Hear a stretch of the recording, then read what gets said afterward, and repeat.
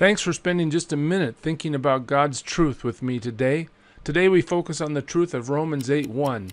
It says, "Therefore there is now no condemnation for those who are in Christ Jesus." And it's time to start the clock. Let's break it down. To really understand this verse, we need context. Paul has just described his battle with the sinful nature. He knows the good he should do, but he doesn't do it.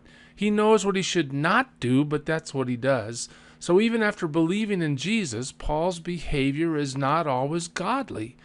I can sure relate to that battle, can't you? But it's while thinking about the failures of his own behavior, Paul writes Romans 8:1, "Therefore there is now no condemnation for those who are in Christ Jesus." The point? God forgives the past sin, the present sin, and the future sin of everyone who puts their faith in Jesus Christ.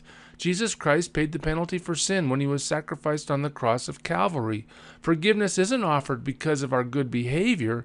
God provides forgiveness to the believer because his wrath against sin was poured out on Jesus. So the real question isn't whether or not we live perfect lives.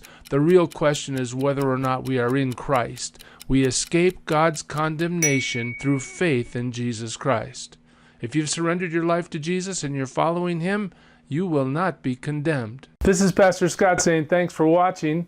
If you want to talk to me, it's right here. If you want us to talk to God for you, visit ipray.world. You can also visit the church website, but be sure to like or share or follow or subscribe. Every time you promote these videos, you help somebody else spend just a minute thinking about God's truth. God bless you.